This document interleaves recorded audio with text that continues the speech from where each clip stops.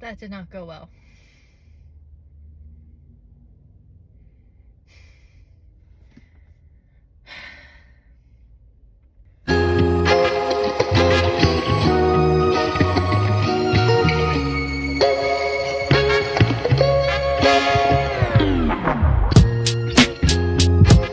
What is the worst thing you've done to an ex? He sent me a voicemail, crying, saying I was his everything. I was playing Subway Surfers, listening to it. It's an evil world we live in. Did you get a high score?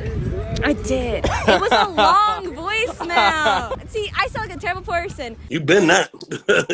You better just own up to it at this point. Well, at least she didn't post it online or sit around with her girlfriends laughing it up about you. Just realize, my man, she didn't even break stride. Not even a blimp on the radar. She got a high score. Like she was fueled off of your tears. I didn't step back like this movement. It's in his head. It's in your forehead.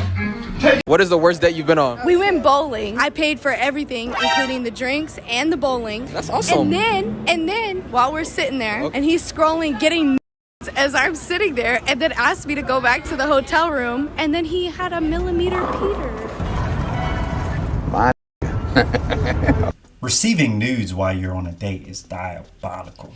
But you paid for everything, so are you saying that you're a bad date? And you even made that decision to still go back with him at the hotel? She got a little glimpse of what it's like to be a man.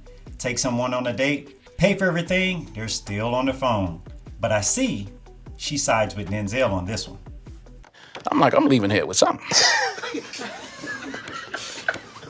know what I mean? I'm from around the way. I'm leaving with something. On my way to a first date, we matched on Hinge.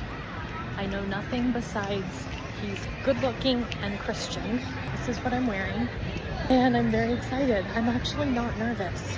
I feel like I used to think first dates were so scary, but then I realized that I'm confident in who I am, and it's really just getting to know someone and deciding if you want to be around them again. So there's no nerves. I'm really hungry.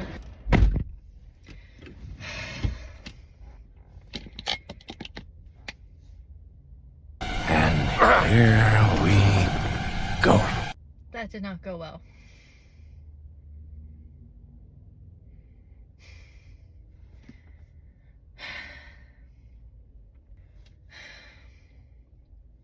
Very nice guy. Very sweet, very handsome, very attractive, very successful. But I feel like I was just like talked at for the last 2 hours. The dinner was great, but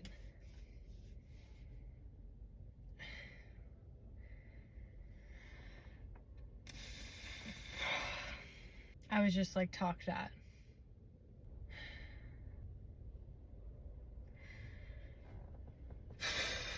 Okay, not compatible.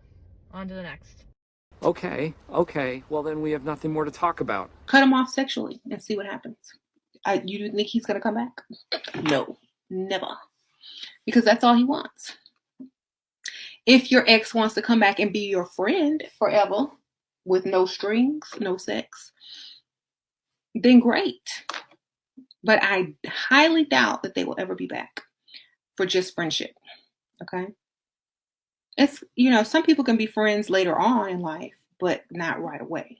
Not going to work like that. So getting over an ex should basically be making your self-esteem higher and understanding that it was a lesson, not a mistake.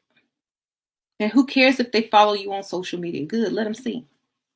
Live your life. Go date, have fun, post pictures. That's what I did.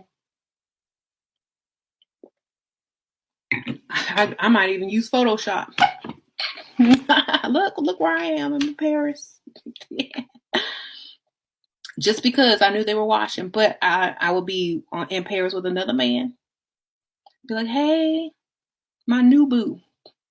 You can cut him off all you want, but it's apparent he still is rent-free right here. If you have to do all of that, you're clearly still hung up on this dude. You're sitting around living your life for him. Get out there and live your life for yourself.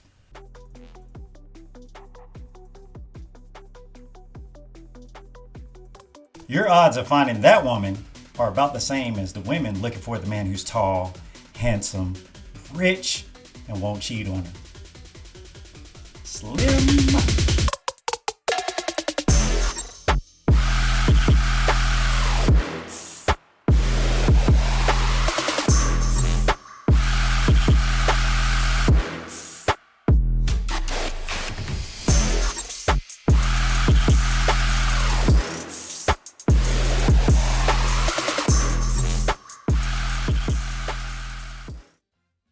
My brother's death was completely unexpected. I overheard his friend's mum on the phone in the bathroom talking smack about me for not saying anything during the part where people talk about memories of the deceased. I just wasn't in a place to talk about him yet. The look on her face when she came out of the store was pretty great though. I bet. That would have been like a plot twist. I don't even know what I'd do, yeah. I don't know what I'd do. If I opened a bathroom stall when I'd just been talking shit about you, opened a bathroom stall and saw you just standing there, I promise you I'd go, What would your reaction be if you was talking shit about me and you came out and saw me? I'd go back in the toilet. I'd go back in the toilet and lock it and wait for you to leave. I'd wait for you to leave because it's done. I think I would once I've established that's what you've done and I know you're feeling all sorts of rush, I think I'll boot the door. But just before I leave, I'll boot it because I know you're panicked. I scream, James, stop! People deal with grief in different ways. By no measure am I a thespian that can do dramatic roles. Because when I start to cry, I get that little throat thing. I am always thoroughly impressed when people can speak as they're choked up. I can't do it. The mom should have been a little more supportive of her child and what that person's going through instead of worried about what somebody else didn't do. The man just lost his brother. Show some empathy. That's all I got for you today, guys. Thank you for tuning in. We'll catch you on the next one.